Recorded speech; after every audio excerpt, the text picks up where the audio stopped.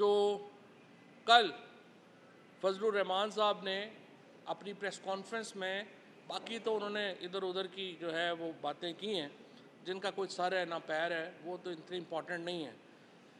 वो कहते हैं मैं इमरान खान को नहीं मानता, ये नहीं मानता। आपकी हैसियत क्या है? आप एक सूबाई पार्टी हैं, एक छोटी सारी आप डिवीज़न के अंदर आपकी 5-6 सीटें आती हैं। इस वक्त भी JUI की मेरे ख्याल को 3-4 सीटें हैं। अपने कद के मुताबिक बात करनी चाहिए। आपकी हैसियत नहीं है कि आप इमरान खान को कह सकें कि वो पॉलिटिकली रेलिवेंट हैं या रेलिवेंट हैं। आप खुद एक बहुत एक नीश के पॉलिटिशियन हैं। आपने एक कुछ लोगों को खैबर पख्तूनख्वा के कुछ हलकों में लोग बेवकूफ़ बनते होंगे आपकी बातों से।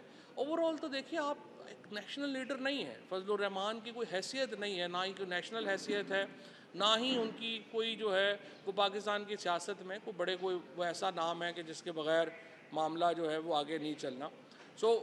उन्होंने लेकिन जो सबसे अहम बात की, उन्होंने कहा कि उनसे वादा किया गया था जनरल बाजवा साहब की तरफ से, जनरल फैज़ साहब की तरफ से धरने में कि वो इमरान खान का तख्ता उलट देंगे, यानी नए इलेक्शन की तरफ जो हैं वो जाएंगे।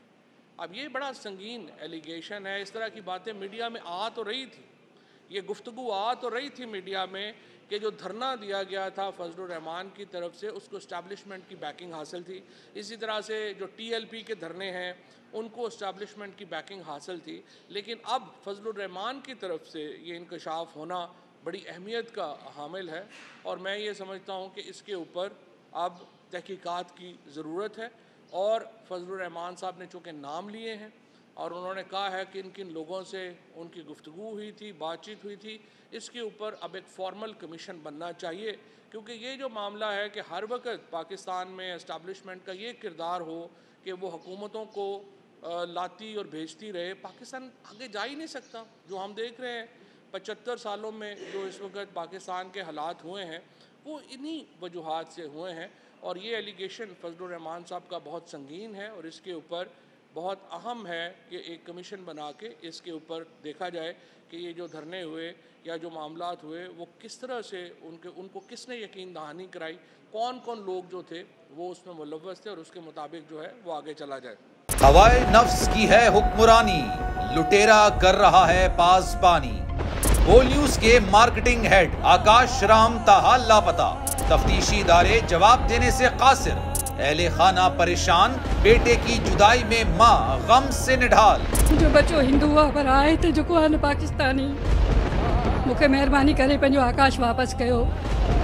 हुकूमत से बेकसूर और मुहिब्बे वतन बेटे की बाजियाबी के लिए फरियाद। आकाश राम के अगवा के खिलाफ अहले खाना की जानिब से सुप्रीम कोर्ट में दरख्वास्त दायर। सुप्रीम कोर्ट के चीफ जस्टिस उमर अता बंदियाल से आकाश राम के अहले खाना की जल्द समाअत की इस्तदा। समी इब्राहिम और सिद्दीक जान का सुप्रीम कोर्ट के बाहर एहतजाजी कैंप का ऐलान कि सोमवार के दिन से हम सुप्रीम कोर्ट ऑफ पाकिस्तान के सामने कैंप लगाएं और हम सब सुप्रीम कोर्ट ऑफ पाकिस्तान के सामने बैठ जाएं और उस वक्त तक नहीं उठेंगे जब तक आकाश वापस नहीं आए। मुश्किल की इस घड़ी में आलमी मीडिया ने भी उठाई आवाज। CNN, आज तक, इंडिया टुडे, टाइम्स नाउ समेत आलमी मीडिया ने आकाश राम के अगवा के खिलाफ दिया बोल का साथ। उफ क्या जुल्म है, बोल इंसाफ का मुंतजिर।